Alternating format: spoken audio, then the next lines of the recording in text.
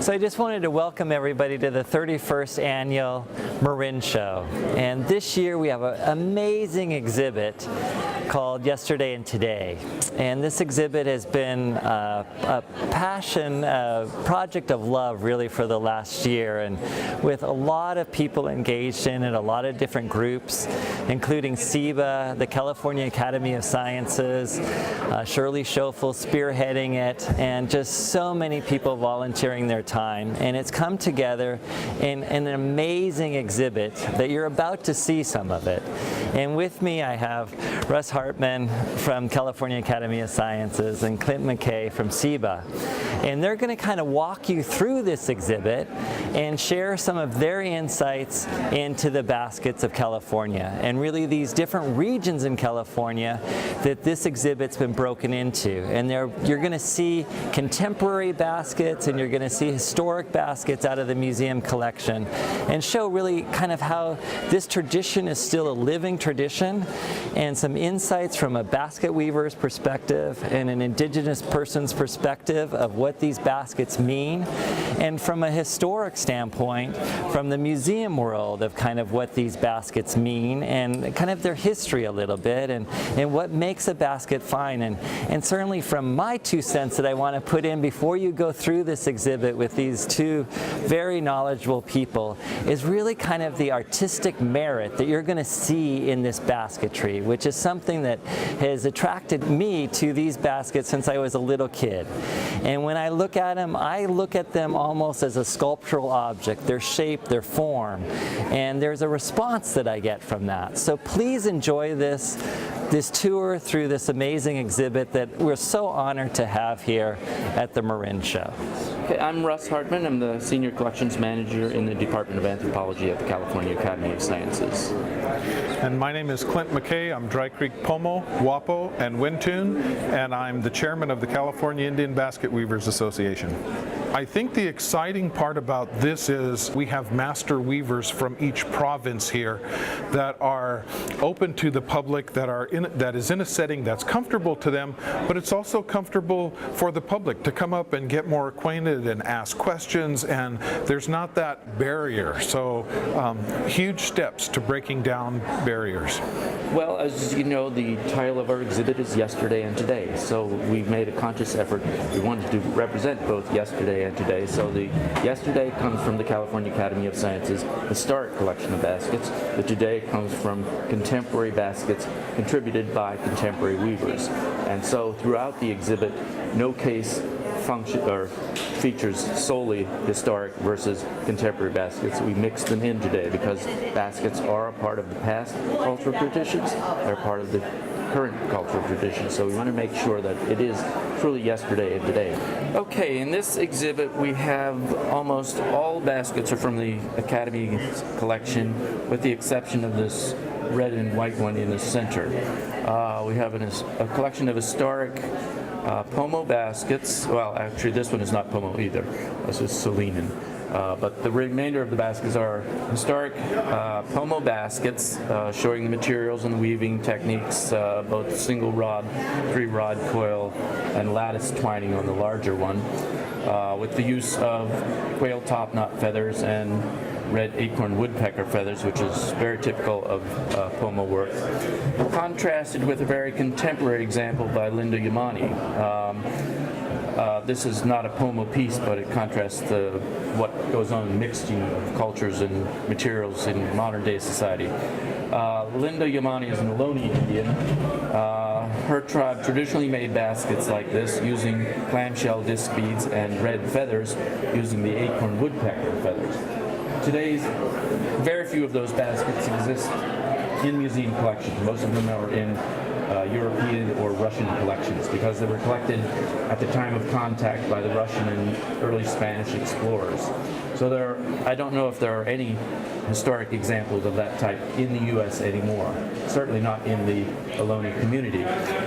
Today it would be very difficult, if not impossible, to collect that many acorn woodpecker red feathers that are required in a basket of that size. So she has had to compromise her traditions and uses dyed chicken feathers to replicate that.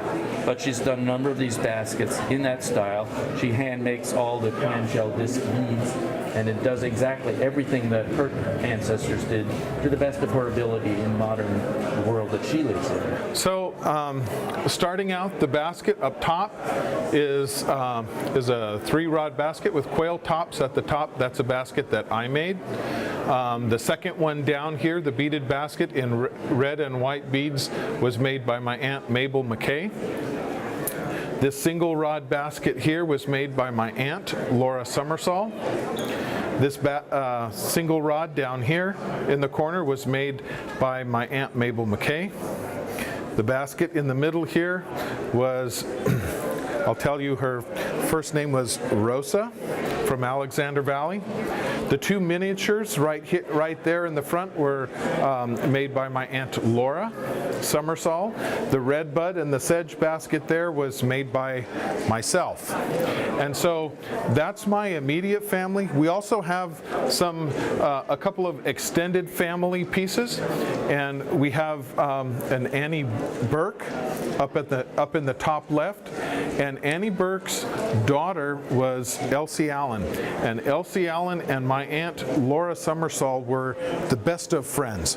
They spent many hours together, weaving together, gathering, collecting, and they were just very, very close personal friends.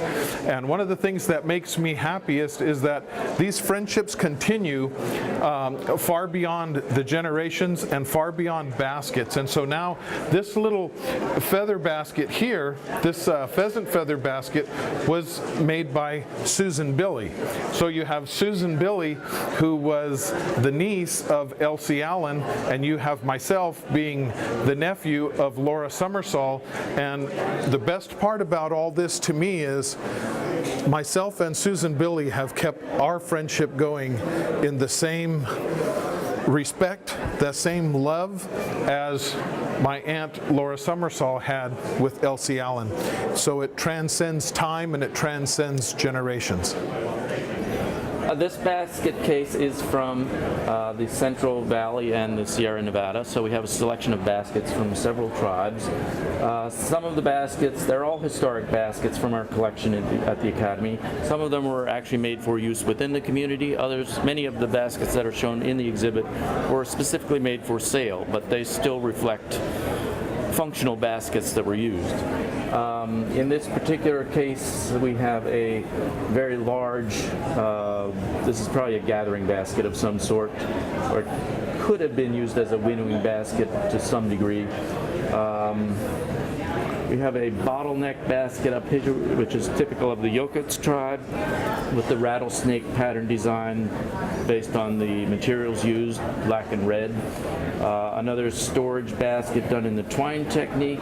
This one, I can't remember off the top of my head the tribe that it's from, but it's one of the Central Valley tribes. So we tried to represent as many tribes as we could in the exhibit, as well as the various types of baskets that they made, and represent the techniques that are used. In this case, we have a large Eastern mono twine basket. This is just a storage basket, contrasting 2 different materials, red bud and probably willow, done in simple twining. Another Eastern mono basket, rather, probably for serving acorn soup or acorn mush, as most people call it. Down here we have an unusual basket. It's not twined or coiled. It's called a string basket.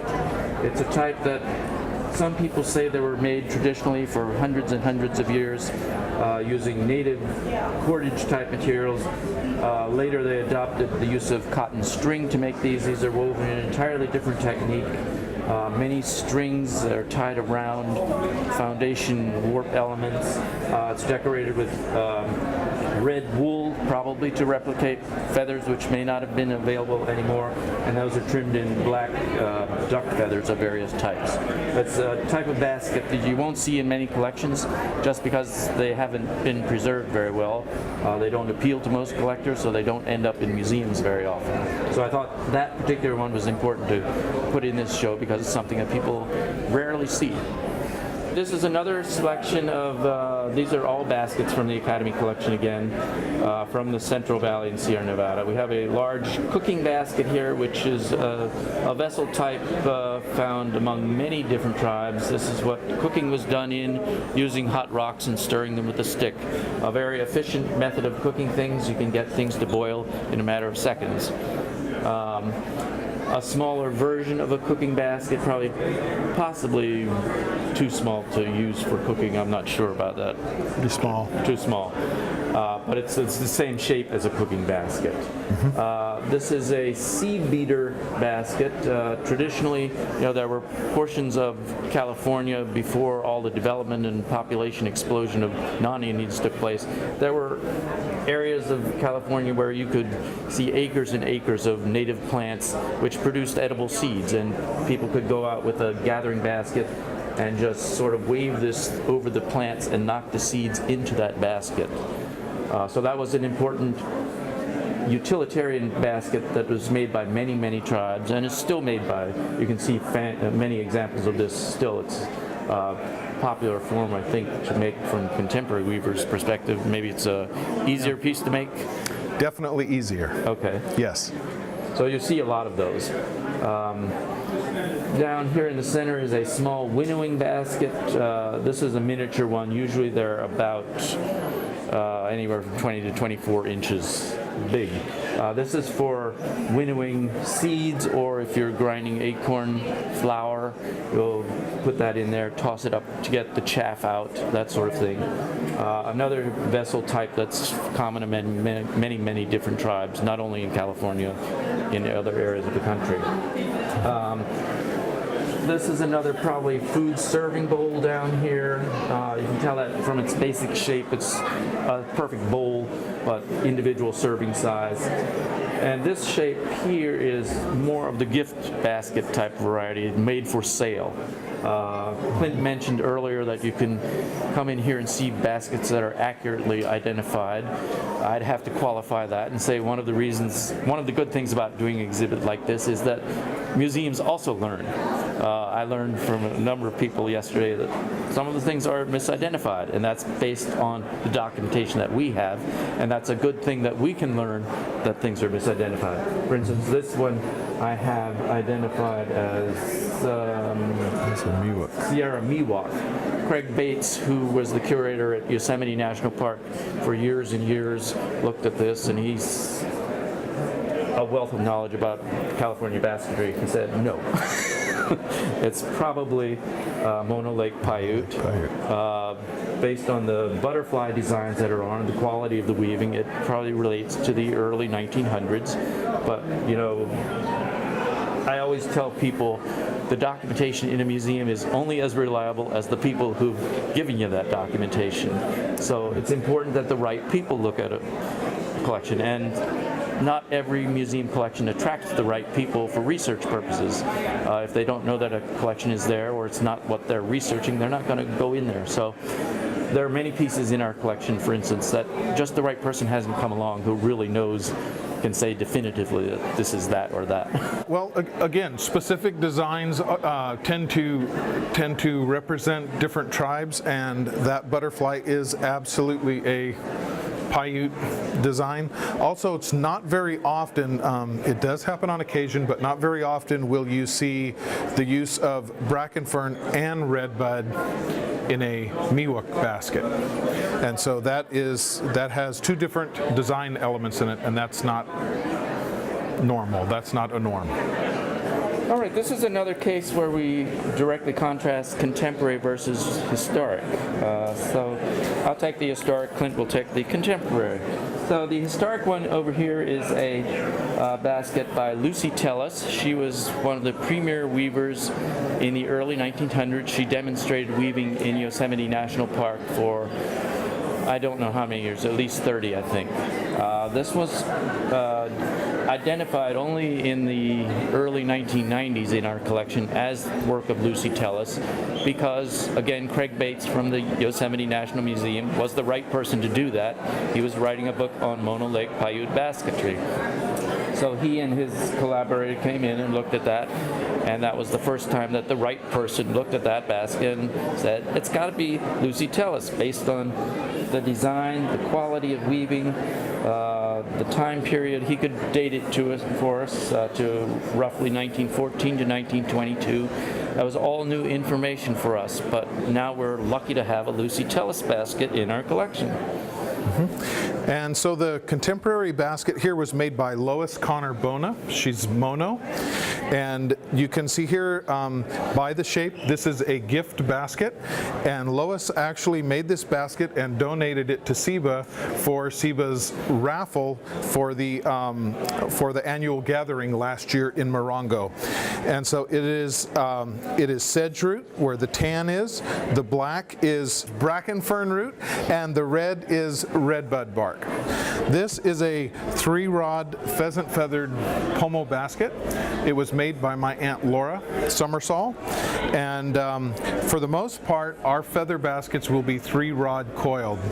And you can see one of the important parts to us is to have the outside of the basket the feathers look like they're on the bird itself. And so how we do that is we take the entire bird pelt, lay it out, and we pull one feather at a time and we place it on the basket in the same order and the same direction that it was on the bird. And it's easy to be drawn by the beauty of the outside of this basket, but if you have an opportunity to look on the inside, the stitches and how they're all shaped the same, they're the same width, the same thickness, and the same spacing in between them is absolutely perfect. So I would look at a basket like this and say that the inside is every bit as beautiful as the outside.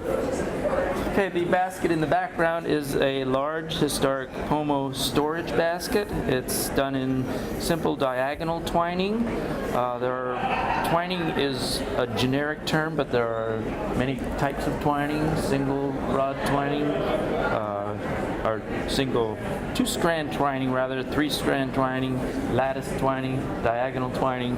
This is a great example of diagonal twining. A beautiful design that swirls around the side. I love to actually turn baskets over and see what the design does on the bottom, which just blows your mind sometimes. I wish we had a photograph to put here of what this one does. The way the designs come together on the bottom is amazing. The geometry that's involved in laying out a design like that in your head and then transferring it to a basket blows my mind. All right, we have now moved on to the northwest section of California. This is the region drained primarily by the Klamath River. There are a number of tribes living along there: the Yurok, the Hupa, and the Kuruk, sometimes referred collectively as the Klamath River tribes. We have a number of baskets from those tribes. In this case, we're contrasting the contemporary and the historic again. For the historic side, we have an incredible probably Kuruk basket, a twined one, demonstrating the art of overlay. This is a technique which is really practiced, I think, only by that region. Correct. Yes. Yes. In which they're weaving two weft elements and putting a third element on the outside of that, so that the third element is the only one you see, actually. Unless you look inside the basket, then you'll see the two other elements going back and forth. But this is an incredible storage basket, probably made in the early 1900s. It has an incredibly dynamic design that just blows your socks off when you look at it. The amount of black maidenhair fern required for a basket this size is incredible. The rim is just phenomenal in its delicateness, or delicacy, I suppose. And it's amazing that it has survived in pristine condition all these years. It's at least 80 years old. The technique is exclusively twining. There are no coiled baskets coming from this area, and so the material certainly is different and unique only to that region. You won't find this type of material in Central California, or certainly not in Southern California. other than that, the certain elements and the uses of the baskets are pretty much the same. In this case, seems to focus on cooking baskets and the elements within. Paddle, the basket that appears to have a hole in it is actually designed that way. That's called a mortar or a mortar hopper basket, and that basket is set on top of a grinding stone. And so when you're pounding your acorns and grinding them up, that's so the pieces of the acorn don't fly out. And then you have a soap root brush there that you can keep the particles back down into the rock bowl as you're pounding it to prepare your acorns. Hats over in this case, which is something that most California native women wear, but not all. Clint's people, for instance, have a tradition of not wearing hats on your head. That's strictly forbidden.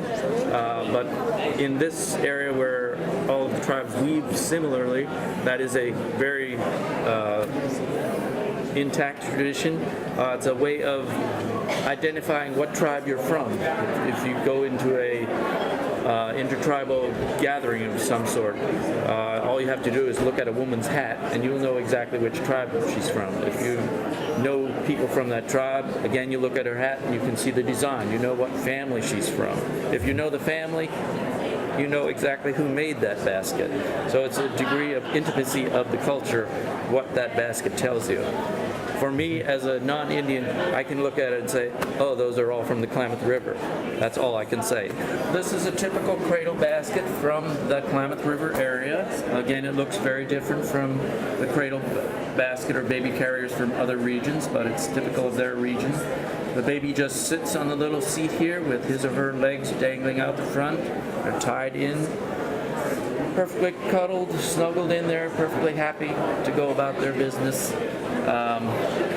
The covered bottle here is a remnant from the turn of the century, early 1900s, when baskets were readily collected for sale by collectors everywhere. There is an actual bottle inside here. I had a gentleman visit yesterday. He said he's been collecting basketry-covered bottles for years and years. He has about 150 of these, and he's studied the transition of this technique.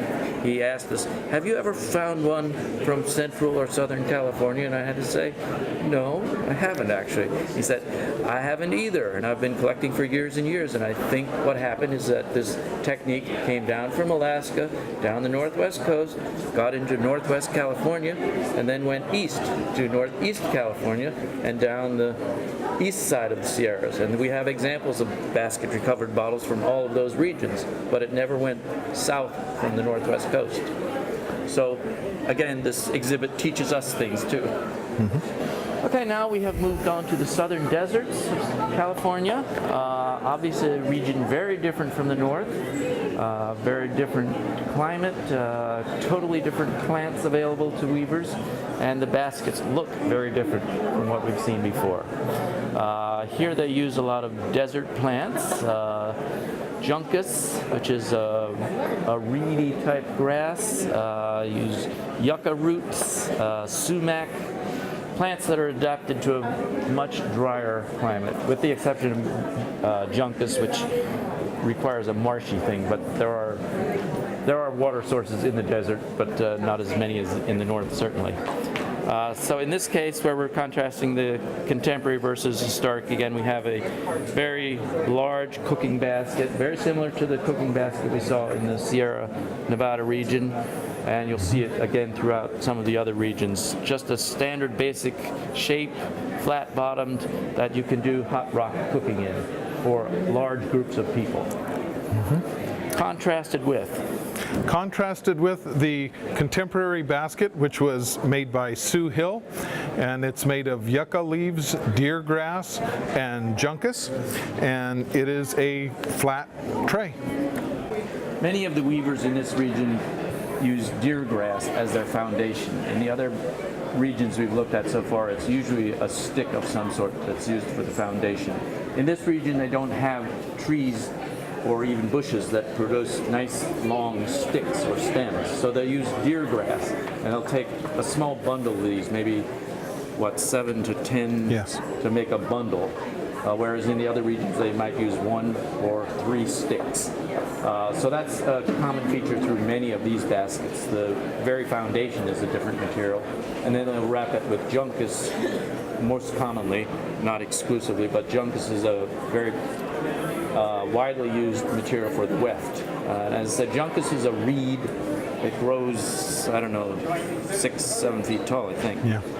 It varies in color from the base, which is a deep golden brown. It gets lighter and lighter as you get up. On the first cooking basket we looked at the end, you can see a design in there, which they've used that color variation. They've concentrated the base of the stem at various particular portions of the basket to weave an overall design, which occurs in that nice deep gold brown. So many baskets in this area do not segregate the colors of the juncus. They use it throughout. In this nice contemporary example here, the weaver, this is Sue Hill again, I believe, you can see that nice golden brown peppered throughout the basket. So it gives a nice contrast throughout. So these two baskets here on the end we have are made by Eva Salazar, and she is Kumeyaay. And the large one up here on top is a storage basket made of pine needles. And the one down below is a very large tray, and there you can see the different color elements that Russ was talking about when he talks about the juncus. And you can see the different colors: the darker brown, almost a red color, going to a gold, and then a tan. So that basket really shows the variety of the different colors of juncus as you go, like he said, from the base up to the top. And this one also, the lighter color in the center, the 4 design element in the center. I remember Eva talking about this when we were planning this. She pointed out that is a combination of willow and sumac, which look exactly the same to somebody like me, but she can look at it and tell you exactly which portions of that are sumac and which are willow, just from her experience. Okay, now we are up in Northeast California. This is another area where overlay, which we introduced in the Northwest section, it also carries over into the Northeast section among some tribes. But the basketry in this region is very distinguishable from the Northwest baskets, because you can, in the Northwest, which we covered earlier, you look inside a basket, you don't see any design. The design is only on the outside. If you come to this region and you look inside a basket, you see the same design that's on the outside. That's because the two regions both use overlay, but in the Northwest they use half-twist overlay, which means they only twist the third fiber halfway and keep it on the outside. In this region they twist it all the way, which replicates that design on the inside and outside. So it's a really basic way, if you know that it's in Northern California, you can at least distinguish it from East and West. They also use a lot of different materials in this region. They make both coiled and twined baskets, unlike Northwest where they only make twined ones. They also use different materials. In addition to the standard pine roots and willows and things like that, they use bulrush and cattail, which produces a much more flexible basket. Most baskets are very stiff. The cattail baskets are very, very flexible, almost like a stiff canvas fabric. So that's another differentiation. You have the standard utilitarian type baskets like the burden or gathering basket, which you would carry on your back either with a tump line or a net of some sort. Okay, in this case we have an unusual type of basket vessel. It's a quiver for arrows, which would be important in many cultures, hunting cultures in particular, but it's a type that you don't find in many basket collections. This is a miniature burden basket again. This is the one in that case was a very stiff basket for gathering probably heavier materials like firewood or something. This is a very flexible one woven out of cattail again. And whether this was used or not, who knows? It's a miniature version, so it may have been made for sale. We have a beautiful example here of full twist overlay. Again, this design is replicated on the inside. When we got this, I was told this is the wolf's eye pattern. Whether it is or not, I can't say. I've never had that verified by a weaver, but it looks like it should be the eye of something. And again, we have women's hats here. This is another tribe that women identify themselves by the designs on their hats. Okay. One of the other things that will help you differentiate the Northeast from the Northwest is the Northeast also on some of their baskets incorporate redbud, and that's why it's, you constantly hear us talk about you need to know what the materials are to help you identify. So right here in this basket here, you can see that it's wrapped with redbud across the top. The design is redbud. That's something you wouldn't find in the Northwest. And then moving to our yesterday and today case, we have again an historic cooking basket. We've seen a number of examples of this from different regions. It's always that same conical shape with a flat bottom but very large. It facilitates the stirring of the hot rocks in it without splashing the actual food out. Contrasted with a very nice contemporary burden basket woven by Shawea Peck.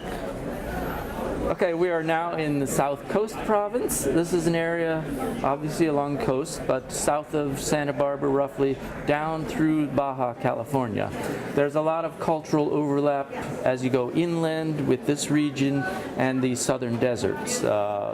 Most of the cultures exist in, well, not all of them, but some of the cultures exist in both of those provinces and extend down into Baja California. So there are similarities and differences between their baskets. The major tribe that really produces or did produce baskets in this region were the Chumash. There are very few Chumash basket weavers alive today. There are very few Chumash baskets in United States museum collections, just because they haven't survived for whatever reason.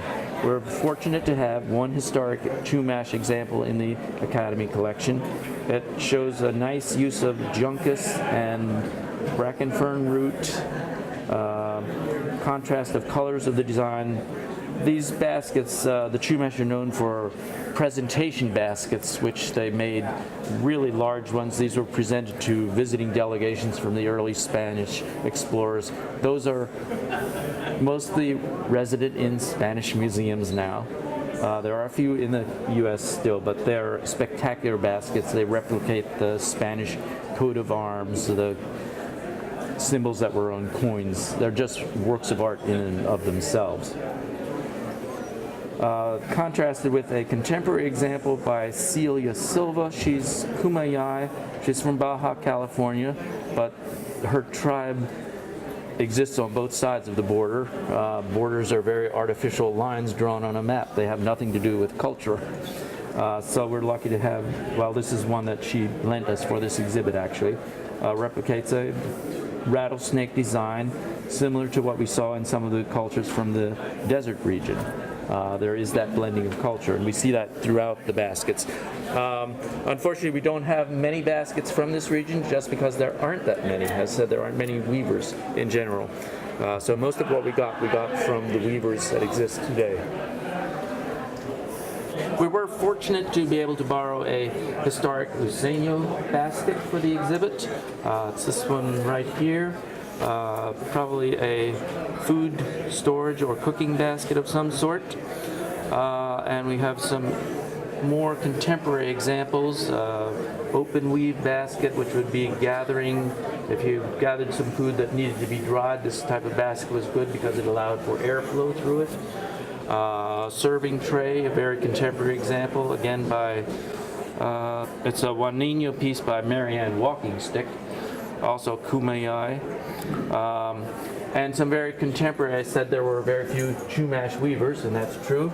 There is a Chumash weaver, but she does not do the examples that her people did. She does very non-traditional pieces, which some people refer to more as art pieces than baskets. They're woven out of horsehair and linen thread and covered with beads. She's done a number of these. They're beautiful works, but they are certainly not traditional. And then Clint's going to talk about a contemporary piece. Yeah, and so as Russ said, unfortunately, the numbers of Chumash weavers may not be plentiful, and the number of baskets that survived the difficulties that those tribal folks have gone through, there is hope. And in the middle here, we have a start that recognizes a restarting, a revitalization of Northern Chumash, and this start is done by Northern Chumash weaver Liamata. And so I like to say Chumash, Northern Chumash basketry is alive and well, and it exists within her and her family, and so that start is a restarting and a revitalization of Northern Chumash basketry. So now that you've kind of walked through this exhibit and seen some of those things that I was talking about earlier, and now you know the insights and the knowledge, or some of the knowledge that Clint and Russ have about this amazing art form, basketry in California. Now it's time for you to come from behind that computer screen or however you're watching this video and come and see these things in person, either at a museum or at a tribal gathering, or SIBA, California Indian Basketry Association. They do annual gatherings, and if you go to their website, you can find out when those happen, and you can interact with some of the weavers themselves. And I think that, you know, you can get so much from a video and so much information from what you just saw, but really, to really appreciate this art form, you need to see them in person. At a museum, you can't put them in your hands, but at the 32nd Annual Marin Show, which will be happening next February, you can come and really look at them and touch them and ask questions about them, or at any of the SIBA gatherings, you can talk to those weavers in person that you saw in this video and really get a much more in-depth information and knowledge about them. And they are tactile. They're something that you need to look at, and I think during that video that you've just seen, Russ talked about the bottom of a basket, and unfortunately we couldn't get a picture of the bottom of that basket, but when you're actually looking at it, then you can turn it over. Or I think you were talking about a basket, about looking at the inside of a basket, even though what we were really looking at was the outside and the way the feathers were put on, which I didn't know about that. And I've been looking at it and studying baskets almost all my life, about the bird pelt and actually layering them on that way. So, but the inside is the amazing part. So come and enjoy at some gathering in the near future and really enjoy this amazing art form.